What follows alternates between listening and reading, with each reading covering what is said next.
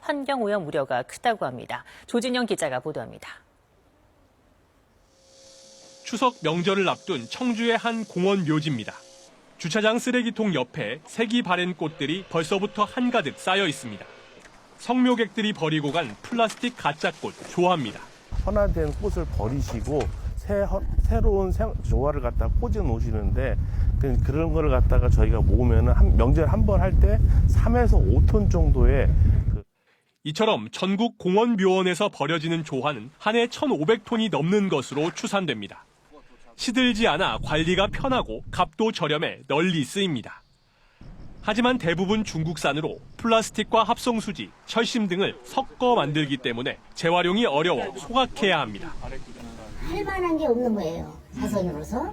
그러니까 우리는 얼굴이라도 자주 보여드리는 게 최선이고 꽃이라도 나서 마음의 위안을 찾는 게 최선이다, 이렇게 하는 거죠.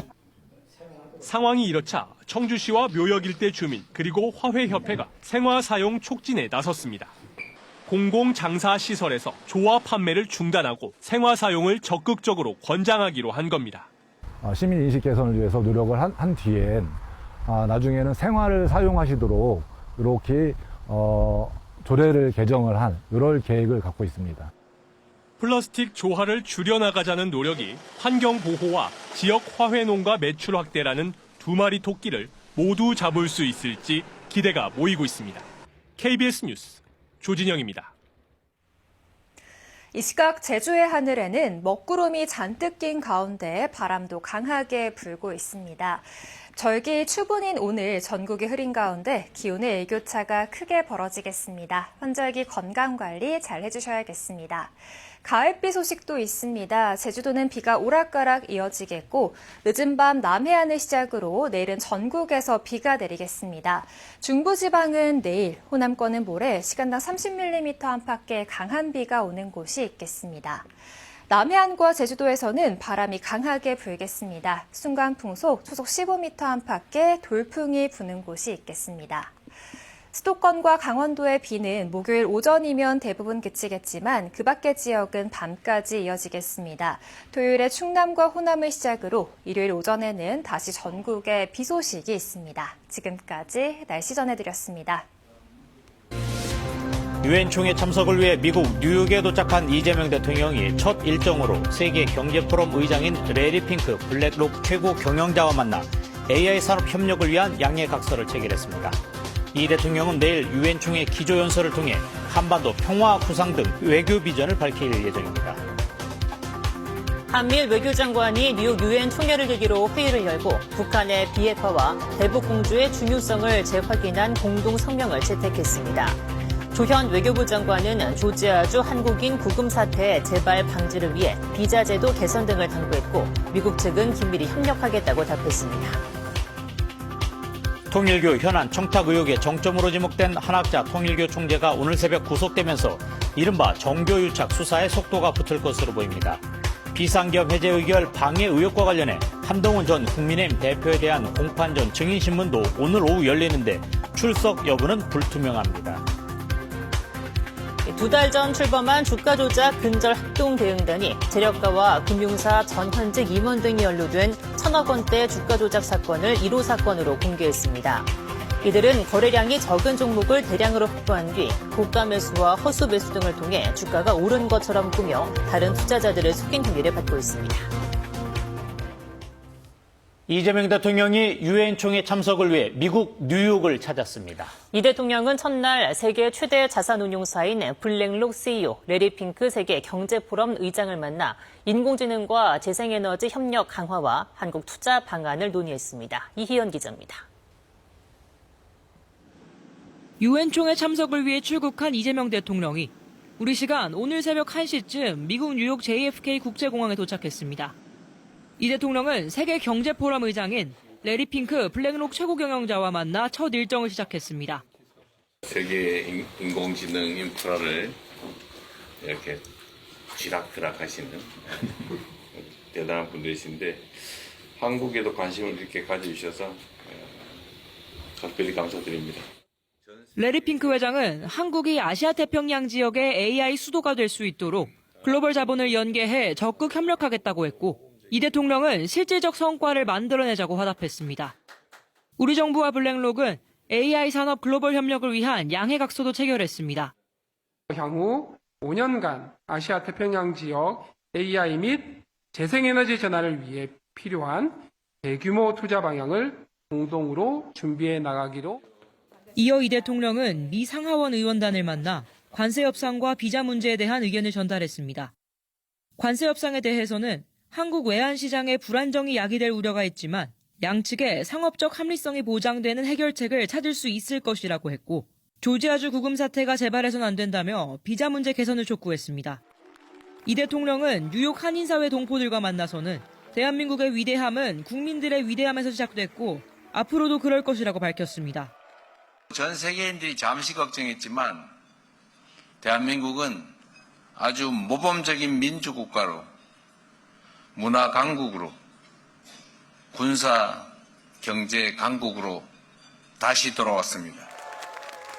이 대통령은 내일 유엔 총회 기조연설을 통해 민주주의 대한민국 복귀를 알리고 한반도 평화구상 등 외교 비전을 밝힐 예정입니다. 뉴욕에서 KBS 뉴스 이희연입니다. 2달 전 출범한 주가 조작 근절 합동대응단의 첫 사건이 공개됐습니다. 재력가와 금융사, 전현직 임원이 연루된 것으로 보이는 1,000억 원대 주가 조작 사건인데 합동대응단은 오늘 이들 사무실 등을 압수수색하고 관련자들의 계좌를 동결했습니다. 이세준 기자입니다. 금융위원회와 금융감독원, 한국거래소가 참여한 주가 조작 근절 합동대응단. 출범 2달 만에 1호 사건이 공개됐습니다. 합동대응단은 오늘 400억 원 상당의 부당 이득을 얻은 대형 작전 세력을 적발했다고 발표했습니다. 대형 학원이나 병원을 운영하는 재력가들과 금융사 전현직 임원 등이 지난해 초부터 현재까지 시세 조종에 나선 혐의가 있다고 설명했습니다. 거래량이 적은 종목을 정해 1,000억 원 이상 물량을 확보한 뒤 시세보다 비싸게 사거나 대량 매수 주문을 냈다 취소하는 등의 수법으로 주가 상승세가 강한 것처럼 다른 투자자들을 속였다는 겁니다. 합동대응단 조사 결과 현재까지 취득한 시세 차익만 230억 원으로 지금도 1,000억 원 상당의 주식을 보유 중인 것으로 조사됐습니다. 특히 이들은 하루도 빠짐없이 시세 조정 주문을 제출하면서 금융당국의 감시를 피하기 위해 수십 개의 계좌로 매매를 진행하고 IP도 조작했습니다. 합동대응단은 오늘 이들의 사무실 등을 압수수색하고 계좌를 동결하는 지급 정지 조치를 주가 조작 범죄에 처음 시행했습니다. 이와 별도로 미공개 정보 이용에 대한 첫 과징금 처분도 나왔습니다.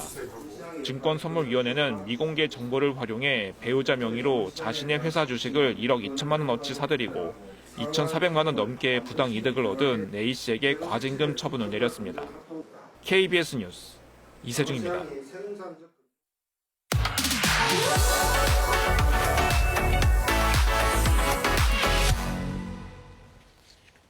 미국이 과학기술 인력에 발급하는 비자 비용을 기습적으로 100배 인상했습니다. 우리 국민들이 여행 때 많이 쓰는 이스타 비용도 2배 가까이 올렸는데요. 아메리칸 드림을 내세우면서 이민자들의 힘으로 발전한 미국이 예전 같지 않은 분위기입니다. 이 소식 박대기 기자와 함께 살펴보도록 하겠습니다. 어서 오세요. 네. 자, 박 기자, 미국 가는 분들 보통 에싸 많이 받잖아요. 지금 이거 관련돼서 값이 오르게 되는군요. 네, 그렇습니다. 미국 여행을 가거나 아니면 회의 참석 같은 간단한 출장을 갈 때 이 이스타라는 걸 많이 발급받는데요. 네. 이스타의 정확한 명칭은 전자여행 허가입니다. 원래는 비자가 있어야 하지만 우리나라를 비롯한 일부 국가에는 2년간 비자를 대신하는 이 여행 허가를 내주는 건데요.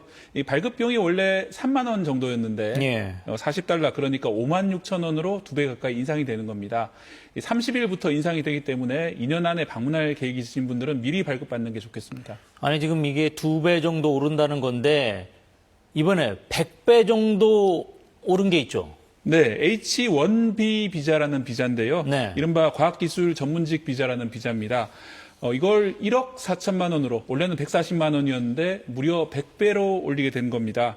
H-1B 비자는 주로 IT 기업에서 일하는 그 사람들을 위한 비자인데요. 아마존이나 애플 같은 회사에서 기술이 있는 외국인을 채용하기 위해서 만든 비자입니다. 예. 한국인도 구글 같은 회사에서 일하면서 H-1B 비자로 일하시는 분들도 많이 있는데요.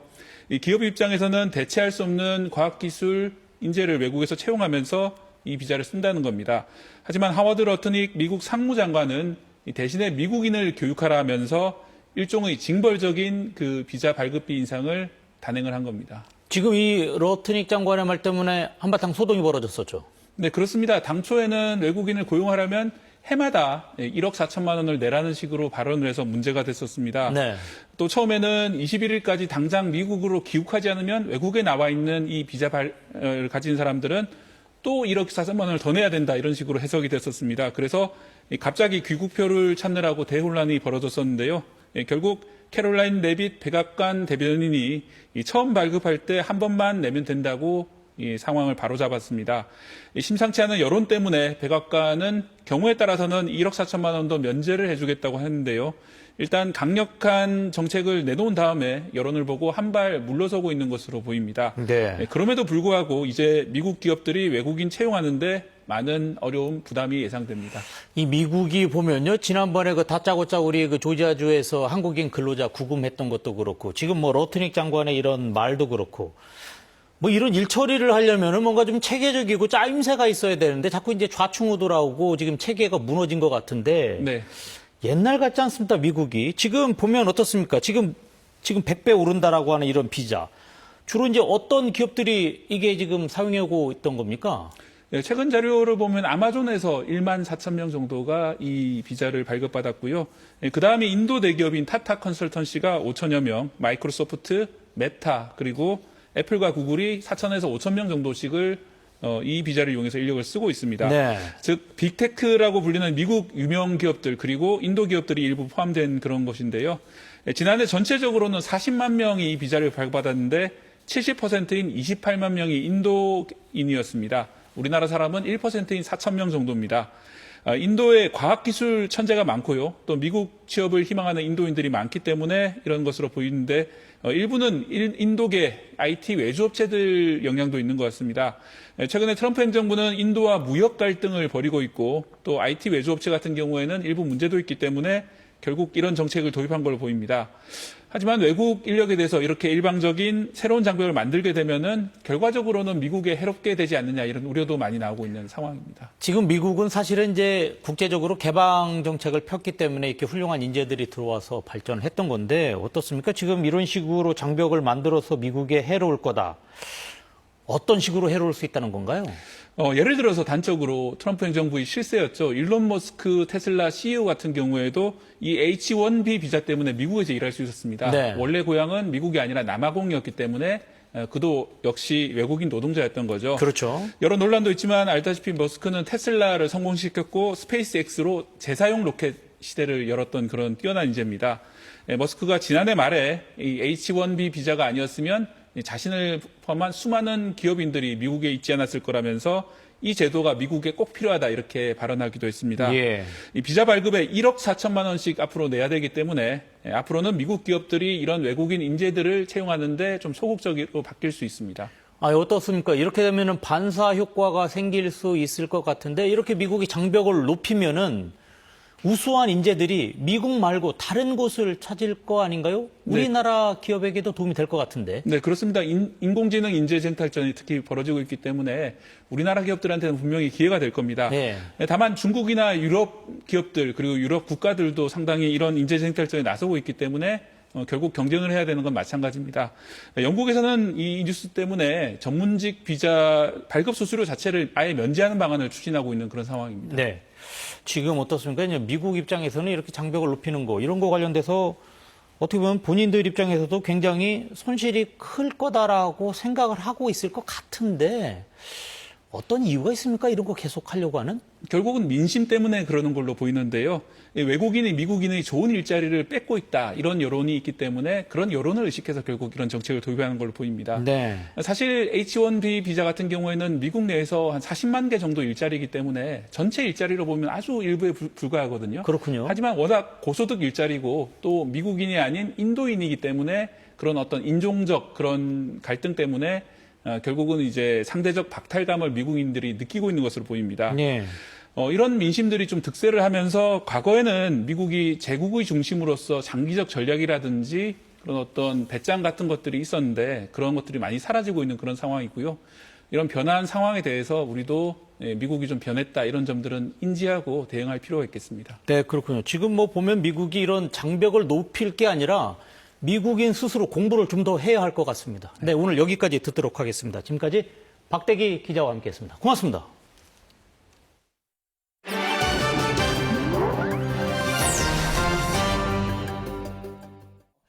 극한 스포츠로 불리는 윙수트 플라잉 세계 선수권 대회가 중국 후난성 장자제에서 열렸습니다. 미국, 중국, 호주 등 9개 나라에서 온 윙수트 플라잉 선수 16명이 기량을 펼칩니다. 경기 장소는 후난성 장자제,天门山 기암절벽.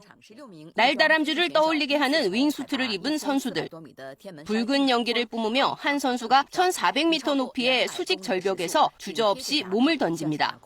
다른 장비 없이 윙수트 하나만 입고 시속 200km 속도로 비행을 하다 이후엔天门 동굴 인근에 설치된 표적을 통과해야 합니다.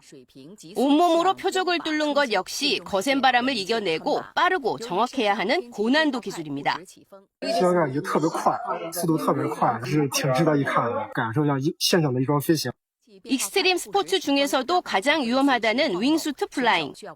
올해 우승은 40살의 호주 선수에게 돌아갔습니다. 길거리 낙서를 지우고 쓰레기도 치우면서 깨끗한 거리 만들기에 나선 남성이 화제가 되고 있습니다. 도쿄 시부야 고가 아래에서 낙서를 지우고 그 자리에 그림을 그리는 남성. 지자체 위탁을 받아 일을 하고 있는 가네코 씨입니다. 50m 도로 양쪽에 낙서를 지우고 그림을 그리자 분위기가 확연히 달라집니다. 지역 주민들이 제안한 디자인을 바탕으로 그린 그림입니다. 이처럼 거리가 예술 작품처럼 바뀌면서 새로운 낙서를 막는 효과도 있다고 합니다. 10년 전 우연히 헬로윈 분장 차림으로 거리로 나왔다가 쓰레기가 대량 방치된 것을 보고 충격을 받았다는 가네코 씨. 이를 계기로 7년 전부터 본격적인 쓰레기 줍기에 나섰습니다. 오전에는 평상복 차림으로, 밤에는 분장 차림으로 길거리 쓰레기를 줍고 있는데요. 見てもらった先にゴミ拾ってるってちょっと面白いと思うんですよ。楽しんでもらえて、さらにゴミ拾いも伝わるっていうすごいいい効果があるなと思ってます。 분장 차림 덕분에 길거리 청소에 대한 사람들 관심을 끌면서 동참하는 이들도 생겼습니다. 가네코 씨는 비록 작은 힘이지만 길거리가 조금씩 깨끗해지는 것을 보면서 평생 이 일을 계속하고 싶다고 말합니다. 해발 2,000m에 위치한 스위스 알프스의 페렌제 호수. 한 남성이 웨이크보드를 타고 호수 위에 설치된 레일 위를 미끄러지듯 질주합니다. 스위스의 웨이크보드 선수 제이미 후저입니다. 후저 선수가 도전한 레일은 금속을 이어붙인 것으로 길이가 무려 140m에 이릅니다. 플라스틱 재질의 일반 레일보다 훨씬 미끄러워 고도의 집중력과 기술을 요구합니다.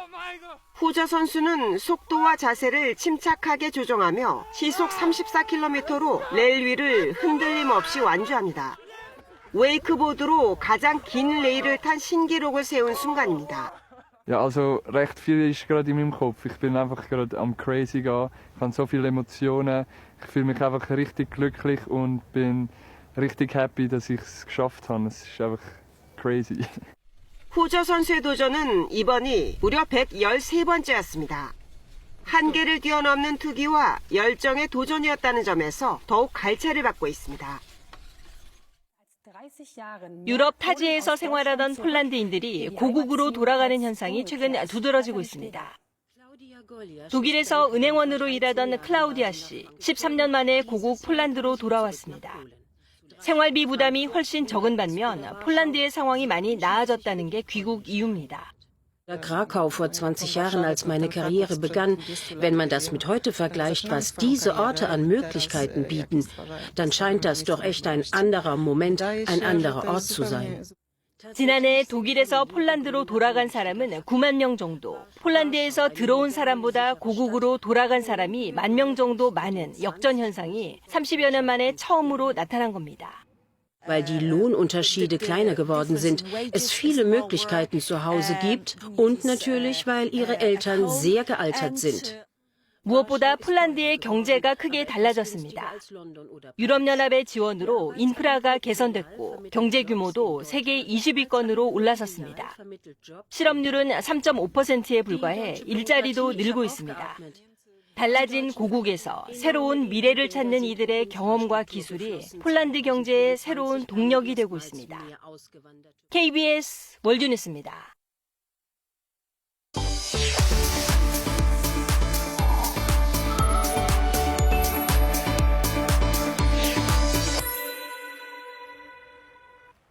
생활 뉴스입니다. 연간 10조 원이 넘는 간병 비용. 그동안엔 건강보험이 적용되지 않아 환자와 가족들의 부담이 컸는데요. 정부가 건보 재정을 투입해 간병비 개인 부담을 30% 수준까지 낮추는 방안을 내놨습니다. 박민경 기자가 보도합니다. 한 요양병원에서 간병인이 고령층 중증 환자들을 돌보고 있습니다. 욕창이 생기지 않도록 환자의 자세를 바꿔주고 얼굴도 닦아줍니다. 간병비는 건강보험 적용이 안 돼 환자와 가족들 부담이 큽니다. 이게 한 달이 됐지, 두 달이 됐지, 계속 늘어날지, 이것만이라도 좀 줄여주면은 좀 숨통. 환자 1인당 한 달 평균 간병비는 200여만 원. 정부는 내년 하반기부터 2030년까지 간병비 개인 부담을 30%로 줄이는 방안을 제안했습니다. 전국 요양병원 500곳에 간병비 급여화를 단계적으로 적용해 중증 이상 환자 8만 명의 간병비 부담을 덜어주겠다는 계획입니다. 본인 부담률이 30%로 낮아지면 한 달 평균 간병비가 60만 원에서 80만 원 사이로 줄어듭니다. 기본적으로는 환자 구성은 높아야 되고 간병은 잘 관리해야 되고 그다음에 불필요한 비급여를 하지 않으면서 정부는 환자의 의료 필요도를 평가하기 위해 환자 분류 판정 체계도 새로 도입할 예정입니다. 진짜 필요한 사람을 중심으로 간병비가 제공될 수 있는 체계를 만들어야 오히려 간병비 부담이 필요할 때 본인의 부담을 줄이고 정부 추산대로라면 향후 5년간 추가로 필요한 건강보험 재정이 6조 5천억 원. 건보료 인상이 불가피한 상황이어서 정부는 올해 말까지 세부 방안을 마련해 최종안을 발표하기로 했습니다. KBS 뉴스 박민경입니다. 베네치아 영화제 등 해외에서 인정받은 박찬욱 감독의 영화 어쩔 수가 없다가 내일부터 국내 관객들을 만납니다. 시대를 관통하는 풍자극이라는 평단의 찬사와 함께 예매에도 1위를 기록하며 관객들의 기대감도 높습니다. 김상엽 기자입니다. 미국에서는 해고를 도끼질한다고 한다면서요. 한국에서는 뭐라 그러는지 아세요? 넌 뭐하지야? 25년 동안 몸바쳐 일했던 회사에서 해고 통보를 받은 가장 만수. 죽여버려. 사랑하는 아내와 두 아이를 위해 재취업에 나섰지만 어렵게 장만한 집까지 빼앗길 위기에 처합니다. 어쩔 수가 없다. 소설 X를 원작으로 박찬욱 감독의 손을 거친 이 작품은 베네치아와 토론토에 이어 부산국제영화제에서도 세계의 주목을 한몸에 받았습니다. 굉장히 의미가 깊고 되게 영광스럽고 3천 몇백 명의 다른 나라에서 또 온 영화인들이 함께 그 개막작을 본다는 게 되게 뿌듯하고 경제 발전의 이면에 인간성을 잃어가는 경쟁 사회를 향한 풍자는 박찬욱 특유의 웃음 코드와 만나 전 세계의 공감을 얻어냈습니다.